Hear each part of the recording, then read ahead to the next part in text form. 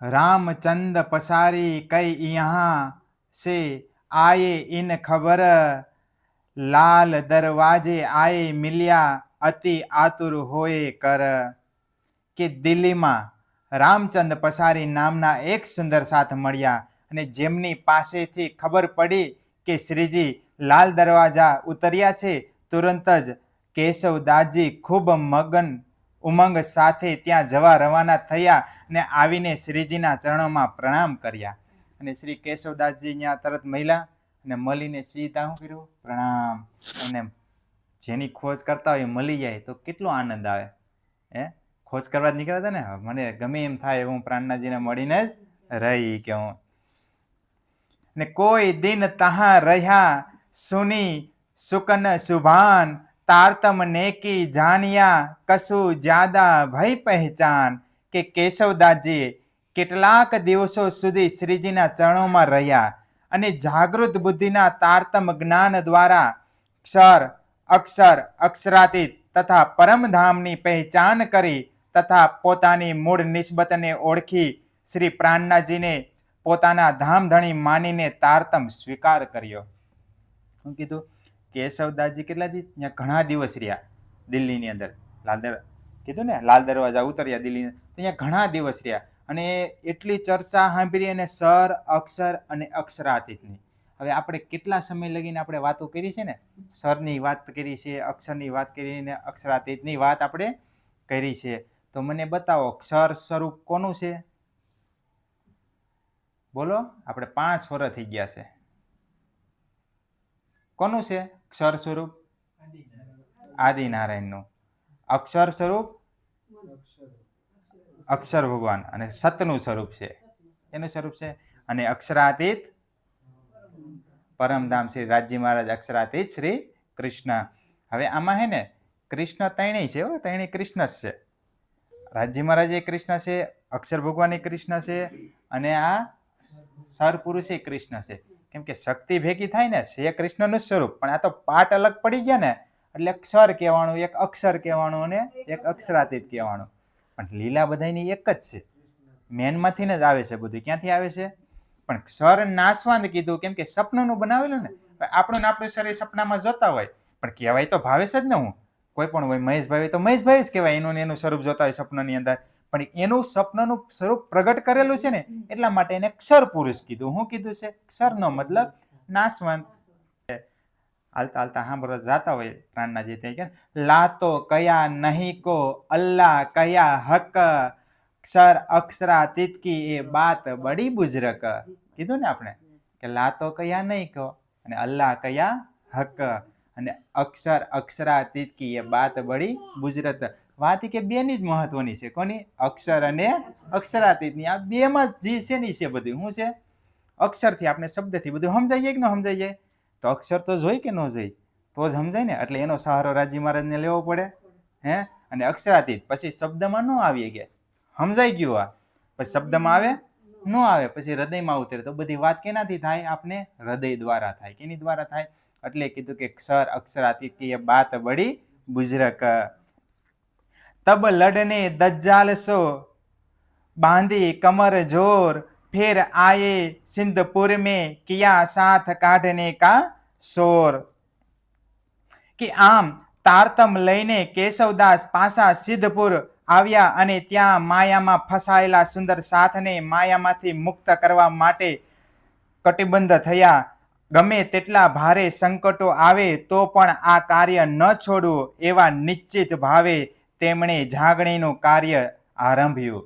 શું કીધું? ગમે એવું થાય કે સત્સંગ મૂકવાનો થતો નથી એવું કેશવદાસજી એવું નક્કી કર્યું અને એવું સંકલ્પ કરી લીધો કે સત્સંગ તો ચાલુ જ રાખવાનો થાય છે. હું જે પ્રાણનાથજી મહારાજેથી જે જ્ઞાન સાંભળીને આવ્યો છું ક્ષર અક્ષર અક્ષરાતીતનું, એ કેવું બધાને હું જાગૃત કરે, ઘરે બેઠા બેઠા બધાને હું જાગૃત કરે.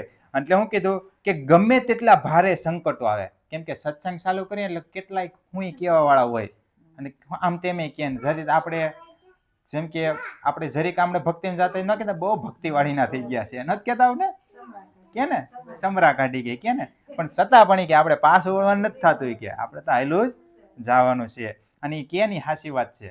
કોક આપને કે ને સમરા કાઢી ગઈ તો જ આપને ખબર પડે કે નહીં હવે પાકી ગઈ છે આપણી ભક્તિ. કોક કે જ નહીં આપને તો ખબર કેમ પડે આપણી ભક્તિ પાકી ગઈ? હવે સમરા ક્યારે કાઢે ખબર છે ને? બધું પાકી ગયું હોય ને તો એ સમરા આવે, એમનું ના આવે? ન આવે એમનું. એટલે આ સામે દેખાતું હોય આની ભક્તિ પાકી છે. સમરા કાઢે તો એ ખબર પડે. હા,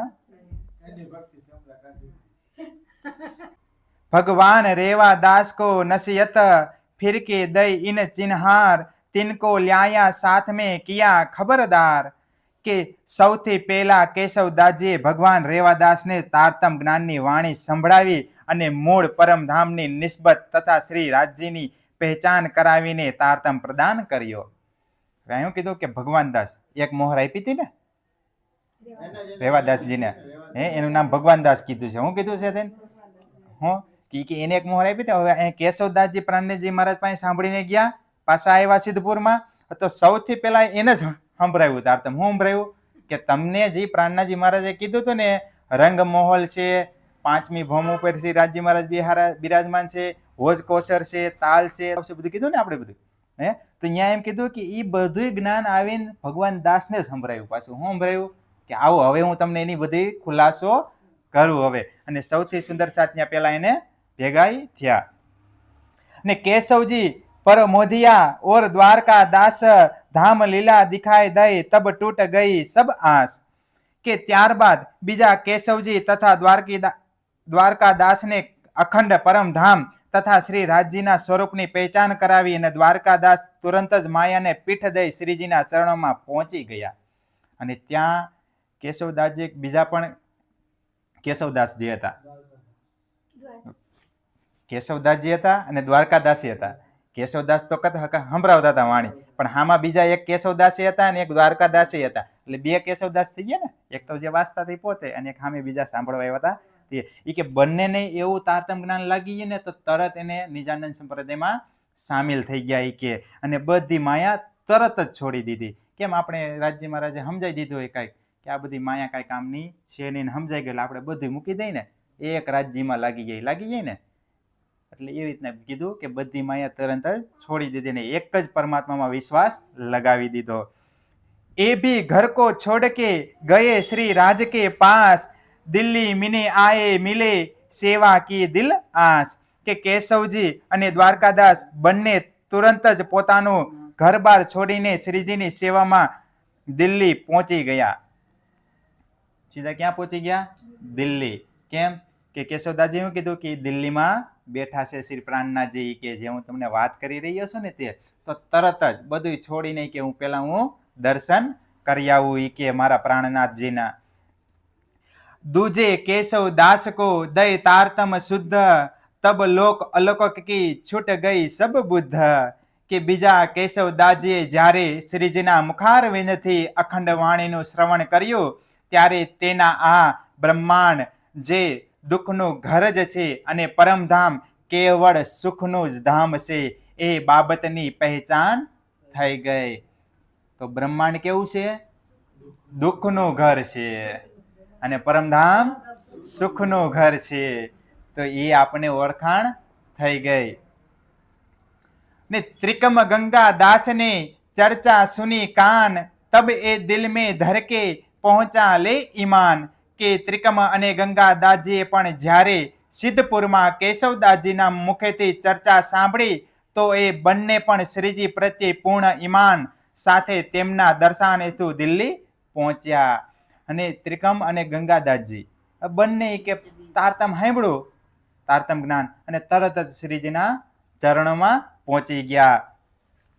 વિચાર કરો કેવું તારતમ જ્ઞાન સાંભળતા છે ધ્યાનથી, તઈ લાગી જતું હોય અને તરત શું કે છે શ્રીજીના શરણોમાં મારે જવું છે શ્રી રાજજી મહારાજના દર્શન કરવા. હવે આવું અત્યારે તો એ તો હે ને ભાઈ, કોઈ ટીવી નહોતી, તે કોઈ મોબાઈલ નહોતા. આ એક સમજવા જેવી વાત છે કે તે ટીવી નહોતી, મોબાઈલ નહોતા, કાંઈ નહોતા. એટલે બધા હે ને કાંઈ પણ જે સાંભળવા વાળા આવતા ત્યાં ધ્યાનપૂર્વક સાંભળતા, થોડુંક લાગી જતું. હું લાગી જતું પણ અત્યારે શું છે, અત્યારે વિસ્તાર માયાનો થોડોક વધી ગયો છે. શું છે? આકર્ષણ વાળી વસ્તુ. એટલે આપણું રુચિ બીજે વહી ગઈ. શું વહી ગઈ? કેમ કે ને મોંઘવારી એટલી બધી વહી ગઈ, અહીંથી એટલે આપણે બધું આમ ને તેમ ને મગજ ચારે બાજુ મીંડું હાલવા, એટલે અહીંયા વાણી હાલતી હોય ને તોય મગજમાં ઉતરે નહીં કોઈને. એટલે એ કીધું કે માયાનો વિસ્તાર બહુ થઈ ગયો છે. હું કે હા, ધણી થકી જ ઉત્પન્ન થઈ. અને આપણે નથી કીધા કે આ માયા આપણે અહીંયા શું કામ આવ્યા? આપણે આવ્યા છે રાજી મહારાજ ભૂલાવા માટે. જો ભૂલી ન જાય તો આપણે જીતી જાય ને તો રાજી મહારાજે શું કીધું? આશિક અને માસુકની લીલા છે. કેની લીલા છે? તો આપણે શું કીધું હતું ત્યાં પરમધામમાં? વિઠ્ઠલભાઈ શું કીધું હતું આપણે ખબર છે? આપણે આશિક છે. શું છે? આશિક એટલે અમે પ્રેમ કરી છીએ રાજી મહારાજને, શ્રી કૃષ્ણ પરમાત્માને, આપણે એવું કીધું હતું. પણ પછી અહીંયા રાજી મહારાજે શું કીધું ખબર છે? કે બધું તો હું કરાવનાર છું. કોણ છું? પ્રેમ મારામાંથી આવે છે, એટલે આશિક હું છું. રાજી મહારાજે એમ કીધું હતું. પછી જયારે આપણે દુનિયામાં મોકલ્યા ને આપને, તો એ કીધું હવે તમે આશિક છો ને, દેખાડો આશિક પણ. હવે આપણે દેખાડી શકીએ છીએ? નથી દેખાડી શકતા. આપણે શું બન્યા? હવે માસુક બનવું પડશે ને. હવે આશિક કોણ બને? રાજી મહારાજ. ભૂલ થઈ ગઈ, રાજી મહારાજને કેવું પડશે આપણે. આ તમે મજાકમાં કહી દીધું તું, હવે આવી ભૂલ નહીં થાય. હવે અમે તમને ભૂલી ગયા. રાજી મહારાજ શું કીધું આપણે મોકલા તે કે તમે અમને ભૂલી જઈશો, કે આવી બુદ્ધિ તમારી ત્યાં જશો એવી રહેશે નહીં. તો રહી આપણી બુદ્ધિ. એને જેવું કીધું એવું જ થયું. અને એને કીધું હતું ને ભૂલી ગયા, અને ભૂલી હતી ને જવાય. એને કીધું હતું ને ભૂલી ગયા, નો ભૂલી તો એનું આપણે ઓલું થાય ને રાજી મહારાજનું. એટલે આપણે ભૂલી ગયા. પણ પછી શું કીધું ખબર? કે મારો તારતમ જ્ઞાન લઈને શ્યામાજી મહારાણી આવશે, પછી નહીં ભૂલતા. એ કે શું કીધું? પછી નહીં ભૂલતા. પછી જો ભૂલ્યા તો તમારી હાસી થાશે પરમધામમાં. શું થાશે?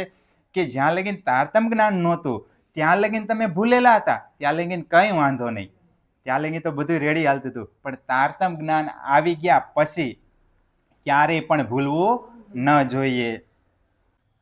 હવે વિઠ્ઠલ ચર્ચા સુન કે કશુક ભયા પહેચાન, ઘર કબીલા છોડ કે પહોંચા લે ઇમામ. કે વિઠ્ઠલભાઈએ પણ સિદ્ધપુરમાં, ક્યાં કીધું? વિઠ્ઠલભાઈએ પણ સિદ્ધપુરમાં ચર્ચા સાંભળી અને કંઈક પહેચાન થઈ, અને ઘર કબીલો તથા માયા છોડને તે પર ઈમાન સહિત શ્રીજીના ચરણોમાં પહોંચ્યા. પહોંચી ગયા ને?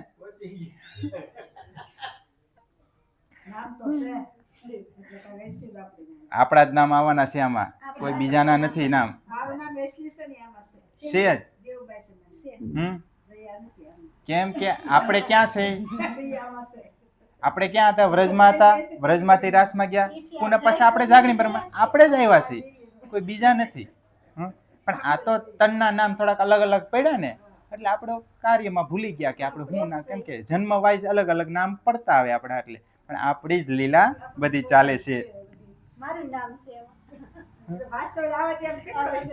જબ જુદ ભયા દજાલસો, તબ વિઠ્ઠલ ઉપજ્યા ડર, ભાગ ચલા પીઠ દે કે પહોંચા અપને ઘર. જ્યારે દિલ્હીમાં શાકુમારની આત્માને જગાડવા માટે ઔરંગઝેબ દરબારમાં પેગામ પહોંચવાડવાનું કામ શરૂ થયું, ત્યારે વિઠ્ઠલદાસ ડરના માર્યા શ્રીજીને છોડીને પાછા પોતાના ઘેરે સિદ્ધપુર સીધા આવ્યા. કે જ્યારે એમ કીધું ને કે ઔરંગઝેબ રાજાને જાગણી કરવા માટે પત્ર આપણે મોકલવાનો છે, મારે ન જવું ભાઈ, કે એક તલવારે કે વાઢી નાખી એમ કીધું. શું કીધું એને? કે ભાઈ બીક લાગી ગઈ મને. પણ એવું નહોતું કે ડરીને વયા ગયા. પછી ઘેરે પાછી બધી ભાન થઈ, અને ભાન થઈને પાછા શ્રીજીમાં જ લાગ્યા. અને હર કોઈને ડરનો સામનો કરવો પડે છે. મને ડર હતો, શરૂઆતમાં બધાને હોય, પણ ડરનો સામનો કરીને આગળ વધીને એટલે પછી આપણે એડવેટ આવે, ખબર છે ને, ડર કે આગે જીત હે ને. જીત મેળવવા માટે ડરને મિટાવી ગયો, એટલે જીત આપણી થઈ જવાની છે. સ્થાના થાપ્યા સિદ્ધપુર में केशव भट्ट के घर, धाम चर्चा नित हो वही साथ रया पकर. કે ભટ્ટ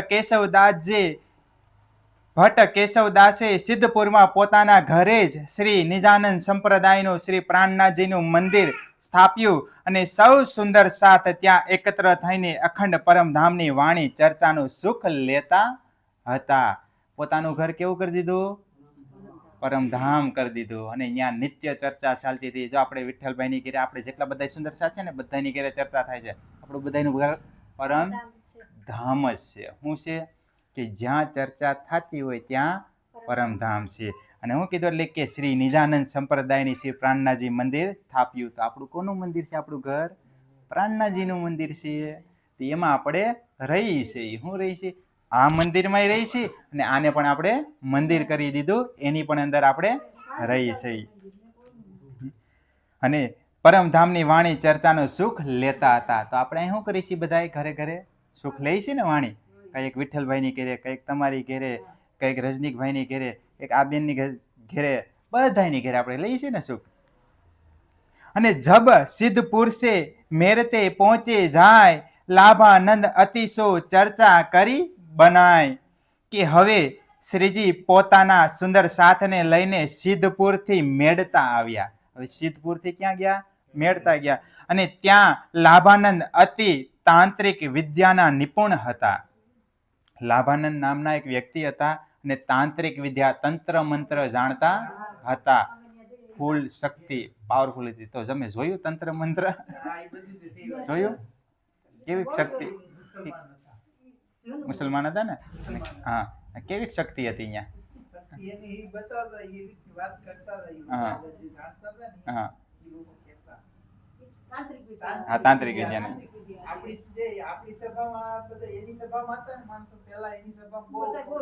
બહુ જાતા હતા. હા,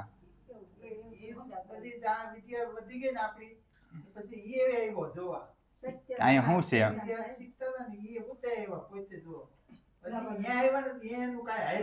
હાલ્યું નહીં. હા, એટલે અહીંયા કીધું કે પોતાની વિદ્યાના બળથી કોઈ પણ સાધુ સંતને ગામમાં આવાજ દેતા ન હતા. એની તાંત્રિકની વિદ્યા એવી હતી ને કે એ ગામની અંદર બીજા કોઈને ગામમાં સાધુ સંતને પ્રવેશ કરવા ન દેતા. અને શ્રીજીએ તેની સાથે તંત્ર મંત્ર તથા જંત્રથી પણ આગળ પાર બ્રહ્મ પરમાત્મા છે આ વિષય પર ખૂબ સુંદર ચર્ચા કરી.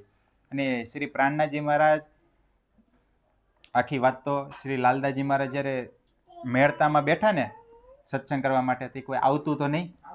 એટલે આવતું નહીં એટલે શ્રી લાલદાસજી મહારાજને કીધું કે કેમ અહીંયા બધા નાસ્તિક છે, કોઈ આવતું નથી કે સત્સંગમાં? કે તો શ્રી લાલદાસજી મહારાજે કીધું કે ના, કે કોઈ કે નાસ્તિક નથી, પણ એ ક્યાંય લાભાનંદ નામના એક તાંત્રિક વિદ્યા એવા વાળા છે ને, તો તે બધાને ડરાવીને રાખ્યા છે. એટલે કોઈ બધા એની પાસે જાય પણ બીજા કોઈ સાધુ સંત પાસે ન જાય.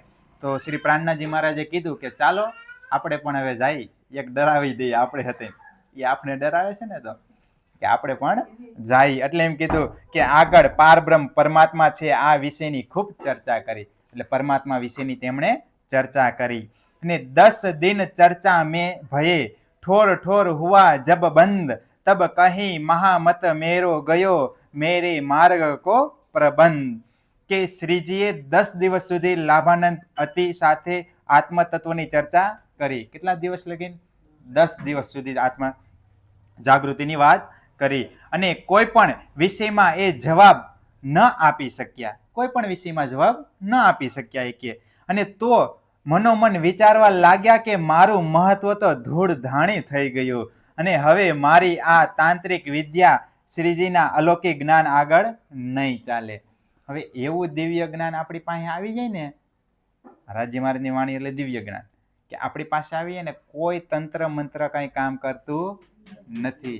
ખાલી રાજી મહારાજ બ્રહ્મ જ્ઞાન જ બધે કામ કરે છે. હવે કોઈ નથી કહેતા દોરો બાંધે તો એ કે આ દોરોમાં એટલી બધી તાકાત છે કે મને ફલાણા બાબાએ બાંધી દીધો, તંત્ર મંત્રથી બાંધી દીધો. હું એમ કહું ખાલી નિજના મંત્ર બાંધી તમારે હાથે બાંધી દેજો મંત્ર દોરો. તમે એનો પાવર જોઈ જો એકવાર. હા, અરે હું તો એમ કહું વગર વિશ્વાસે તમે બાંધી દેજો. તમે હા હોવો જોઈએ ને. હા, વગર વિશ્વાસ હોય ને ખાલી મંત્ર બોલીને તમે બાંધી દેજો, તમે જોઈ જો એનો પાવર. આ તો બાંધવાની વાત નથી હો, આ તો હું એક ઉદાહરણ આપું છું કે એટલો પાવર છે. તો દોરામાં જો એટલો પાવર આવી જતો હોય તો આપણા હૃદયમાં કેટલો પાવર આવી જાય. સમજવા જેવી વાત ઈ છે. અત્યારે કેવું છે જીવનમાં ખબર, આ વાંચન કરતા હોય ને એટલે સમજાય નહીં, એટલે એમ થાય કોને ખબર ક્યાંની વાત કરતા છે એવું થાય. પણ આપણી જ વાત છે, સમજશું ને આપણી છે એમ કરીને તો જ સમજાય છે. અને અહીંયા આપણી જ કથા થાય છે. કોની થાય છે કથા?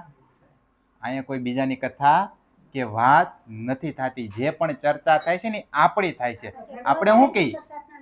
પરમધામથી કોણ આવ્યું? આપણે આવ્યા. કોણ જગાવાયું? મારા પ્રિયતમ જગાવાયા. કોણ લઈ જાય છે? રાજજી મહારાજ લઈ જાય. કોને લઈ જાય છે? મને લઈ જાય છે. એમ કીધું તમને કોઈને લઈ જાય છે? એવું નથી કીધું. તો કોની કથા થઈ? આપણી કથા થઈ છે. કોની છે? જો જ્યારે એવી રીતના સમજશું ને તો જ સમજાય છે. રાજજી મહારાજને કોઈ દેવ દેવી દેવતા નથી, એ પરમાત્મા છે. કોણ છે? આ તો એક તનમાં આવ્યા ને. હવે જેમ કે શ્રીમદ ભાગવતની રચના થઈ ને, તો એ બધા રામ રામ કરતા હતા બધા વ્યક્તિ, પણ કૃષ્ણ બાબતની કોઈને જાણકારી હતી નહીં. અને કોઈને જાણકારી નહોતી. અને કૃષ્ણ અવતારમાં તમે જુઓ કે બધાય હતા હારે, વિષ્ણુ ભગવાન હતા, કૃષ્ણ ભગવાન યુદ્ધ લડ્યા, બધું લડ્યા ને, પણ તોય કોઈ ભગવાન તરીકે એને કોઈ સમજતું હતું? કોઈ નહોતું સમજતું. પાણી હતા ને તોય. અને પછી જ્યારે ગ્રંથ રચાઈ ગયો, વેદ વ્યાસજીએ રચ્યો ગ્રંથ, તો રચી નહીં પછી જ્યારે સંભળાવા જતા કોઈ પણ વ્યક્તિને, તો કોઈ માનતું, કોઈ ન માનતું, કોને ખબર ખોટું છે ખાસું છે. તો અત્યારે એ સ્થિતિ હાલે છે ને. નિષ્કલંક બુદ્ધ અવતાર પ્રગટ થઈ ગયા, પ્રાણનાજી મહારાજ આવ્યા, ઘણાને જગાવ્યા ને. પ્રાણનાજી મહારાજ અડધા રસ્તામાંથી વહી ગયા, કીધું મારા મમ્મીએ. કોઈ આવ્યું અને કોઈ ગયું, પણ ખબર ન પડી આ કોણ છે પ્રાણનાજી, શું છે. બધાને એમ હતું કે મહાન સાધુ હે, કા પુરુષ છે. કેમ કે બધાને કામકાજ કેવું છે ખબર? ચમત્કારને નમસ્કાર કરવા વાળા કેવા છે વ્યક્તિ. કોઈને અંતર વાત નથી સમજવી. એ કે મને કઈક ઘટે છે એ પૂરું થઈ જાય, મારા શરીરમાં એ રોગ છે એ સારો થઈ જાય તો હું પ્રાણનાથને માનું, હાસા છે, નકર ન માનું. આપણું જીવન કેવું છે? એ રીતનું સાંસારિક જીવન, આસ્થા વાળું, સમજવું વાળું નહીં. સમજવું વાળું જીવો નહીં તો શરણોમાં પડી ગઈ આપણે. કોઈ ઘેરે જાય? કોઈ ન જાય. રાજજી મહારાજે કેવી લીલા કરી દીધી હતી કે દર ખેલે તો હું ચમત્કાર બતાવી દેતો હતો. કૃષ્ણ અવતારમાં બતાવ્યો ને આપણી ભેગા ઘણા ચમત્કાર કરી દીધા. દેવસંદરી મહારાજની વખતમાં ચમત્કાર કરી દીધા. પણ પ્રાણનાજી મહારાજે વખતમાં કીધું ચમત્કાર નહીં આવે. ચમત્કારમાં ભૂલી જાય છે એ કે શું કરી જાય છે? ભૂલી જાય છે એ કે હવે સીધી વાણી ઉતારવાની છે ને વાણીથી જ જગાવવાના છે, એને જ લગાવવાના છે. ચમત્કાર તો પલ ભરવા, પછી માયામાં પાછા આવી ગયા. એટલે ચમત્કારની પાછળ નહીં પડવાનું. અને પડવું હોય તો કેની પાછળ? વાણીની પાછળ, તારતમ જ્ઞાનની પાછળ પડવાનું છે આપણે. તો જ આપણી આત્મજાગૃતિ થશે. અને આત્મજાગૃતિ એવી થશે ને એની કોઈ સીમા નહીં હોય. પણ આનું વર્ણન હું કરી ન આગું, એનું કારણ છે મેં અનુભવ એક જ કર્યો છે વાણીનો. એટલે જેને કર્યો હોય એને ખબર પડે, એ કોઈ કહી ન અગે કે આની કેવું મહાનતા છે, મહત્વ છે તે બધું. પણ તમે નથી કીધું હમણાં વિઠ્ઠલભાઈ, મેં સિરિયલ જોઈ હતી ખાલી, તો મને એમ થઈ ગયું ઘર બાર મૂકીને વયો જાવ. ખાલી જોવાથી જો એટલો અનુભવ થઈ ગયો હોય તો વાસમાંથી શું થાય ખબર છે? એમ થાય બ્રહ્માંડ મૂકીને જ વયો જાવ, ઘર બાર મૂકીને નહીં. શું થઈ ગયા આપણે? મારા હૃદયની વાત કરું ને, મને હે ને કાંઈ ખબર નથી પડતી. હું તો સેવું કહું ને, એક દોરાવાની મને ખબર નથી પડતી, પણ મને જેટલું સમજાયું ને એટલામાં તો હું એટલો ડૂબેલો છું ને કે મને એ નશા વિનાનો રહી શકતો નથી. મને થોડુંક જ સમજાણું છે, મને બધું નથી સમજાણું. બધું સમજાયું હોય તો હું વાણી કરવાય ન બેહું. રાજજી મહારાજે શું કીધું ખબર છે? કે એક પતંગિયું બીજા પતંગિયાને કહે છે, સાંભળજો વાત આખી ધ્યાનપૂર્વક, કે એક પતંગિયું બીજા પતંગિયાને કહે છે મેં દીપક જોયો. શું જોયો? દીવો જોયો.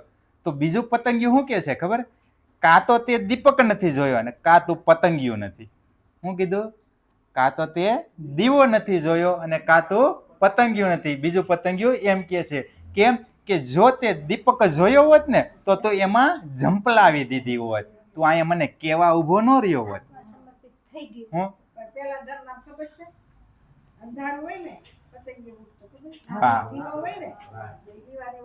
ઓલવી નાખે. હું કામે?